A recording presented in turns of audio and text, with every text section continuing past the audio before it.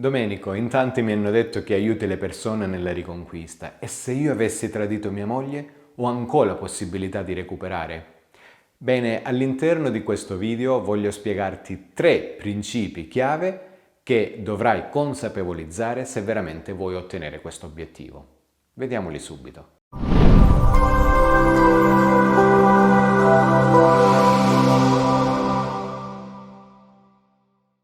Io sono Domenico Iapello, Love e Life Coach formato in PNL dal 2011 e su questo canale ti parlo di riconquista, seduzione, problemi di coppia e crescita personale. Se ti fa piacere iscriviti al canale così da rimanere in aggiornamento tutte le volte che pubblicherò settimanalmente tanti e tanti contenuti gratuiti. Ora, detto questo, inizio con una doverosa premessa, ok? Intanto prendi carta e penna e scrivi 3 ragioni valide per le quali hai tradito tua moglie. Dovrai proprio specificare i 3 motivi che tu ritieni validi per i quali tu hai tradito tua moglie. Può essere che siano realmente motivi validi, come può essere che non lo siano, ok? Questo è un passo fondamentale. Ora ti spiegherò 3 passaggi che dovrai mettere in pratica da questo momento in poi. Vediamoli subito. Il primo passaggio in assoluto in realtà è molto semplice. Dovrai entrare nella consapevolezza che per ottenere questo risultato ci sarà bisogno di molto e molto tempo, soprattutto di molta pazienza. Tu hai a disposizione tanta pazienza e molto tempo per ottenere ciò?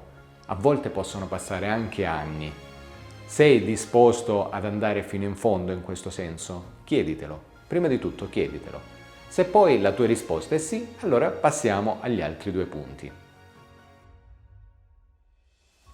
Ok, detto ciò, se hai il tempo a disposizione per lavorarci su, il secondo passaggio è quello di ricostruire la fiducia. Vuoi non vuoi, la prima cosa che viene a mancare è proprio la fiducia. Tutta quella fiducia che tua moglie in realtà ti aveva già riservato da un bel po' di tempo. Ok, all'improvviso viene a mancare. Per recuperare questa fiducia, oltre al tempo di cui abbiamo parlato prima, c'è bisogno di dialogare alle emozioni profonde dell'altra persona. Molto spesso si fa l'esatto opposto. Non volevo, sono pentito, mi dispiace, dammi un'altra possibilità, non lo farò più, io, bla bla bla bla. Mio figlio direbbe bleh, che schifo. Ok? Ora, scherzi a parte, in realtà questo è il monologo che tu molto spesso reciti per farti perdonare il tradimento, non considerando le emozioni profonde dell'altra persona. Non io, tu. Ma quanto ti ho fatta ferire? Quanto ti ho fatta soffrire? Quanto sei ferita da questo mio atteggiamento? Cosa ho provocato in te? Quali emozioni negative ho suscitato in te? Mi dispiace profondamente per quello che ti ho arrecato. È imperdonabile. Cioè, questa è una comunicazione orientata verso l'altra persona. Invece, viene molto più semplice cercare di farsi perdonare, un po' con quella forma di egoismo della serie, dai, non succederà più, te lo prometto, ti giuro. E quante persone si sono messe in ginocchio. No, assolutamente non può funzionare così. Ecco perché ti dicevo che c'è bisogno di tempo, perché poi quel tempo è necessario proprio per ricostruire la fiducia. Come? Cercando di dialogare le emozioni profonde dell'altra persona. E in questo dovrai essere molto abile. Io in genere aiuto le persone in modo specifico, anche con, banalmente con delle mail giornaliere, noi dialoghiamo con queste persone cercando prima di tutto di lavorare sulle ferite che hai arrecato alle altre persone, poi piano piano come cercare di guarirle. E questa è la strada, perché altrimenti l'unica strada che hai davanti a te, oltre a questa, è quella di dire mi prendo le mie responsabilità e vado via, esco fuori di scena. È quella più ovvia e quella più etica soprattutto, ok?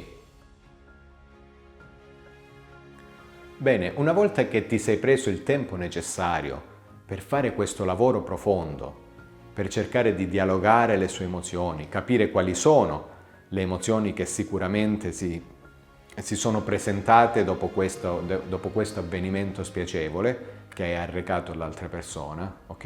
E cercare di entrare nell'ottica, quello che ora poi a questo punto dovresti fare, entrare nell'ottica eventualmente di un nuovo amore. Cerchiamo di considerare intanto se l'altra persona è così arrabbiata e così delusa da non volerti vedere più nemmeno attaccato su un foglio di carta. Ok, questo dobbiamo considerarlo. Se questo è il caso, rientra di nuovo il fattore tempo in gioco e quindi devi lasciarle del tempo. Passeranno 5 mesi, 6, 10, 15, 3 anni. C'è bisogno di tempo, te l'avevo detto. Nel caso in cui invece c'è ancora un certo dialogo tra di voi, c'è la possibilità di uscire o la possibilità anche di parlarsi ancora in maniera civile, ecco, in quel caso dovrai veicolare in lei l'idea appunto di un nuovo amore. Ok? Anche invitarla per un caffè senza parlare più di quello che è successo. Hai compreso le sue emozioni? Al massimo se lei tira fuori l'argomento cerchi di tornare al punto 2 e comprendere le sue emozioni profonde. Ma detto questo è come se tu la conoscessi per la prima volta e provassi a farti riapprezzare con un punto a sfavore. Ok? Il punto a sfavore è proprio che lei in un certo senso si ricorderà sempre di quello che hai fatto e quindi sarà la tua abilità a cercare di scrollarla emozionalmente da tutto ciò facendole vivere un nuovo amore. Un amore diverso, un amore più consapevole, ok? Sempre che questa sia stata, e lo sottolineo, caratteri cubitali, sempre che questa sia stata una situazione occasionale. È capitato un momento di debolezza e siamo certi che questo non accadrà più. Perché se stiamo parlando di una situazione reiterata da anni, allora torno di nuovo ad un punto di cui ti avevo parlato prima, prenditi le tue responsabilità, abbraccia questa persona, ringraziala di tutto e lasciala vivere serenamente, ok? Per non ferirla ancora in futuro soprattutto. Lo so, è un argomento molto delicato, potremmo parlare qui anche per 3 giorni di seguito. Questi sono dei passaggi fondamentali da mettere in pratica subito. Poi eventualmente se hai bisogno in descrizione di questo video troverai tutti i miei riferimenti. Inoltre se ritieni utili questi consigli lascia un like e commenta con il tuo punto di vista e fammi sapere cosa ne pensi. Detto questo ci ritroviamo nel prossimo video, un abbraccio e alla prossima. Ciao!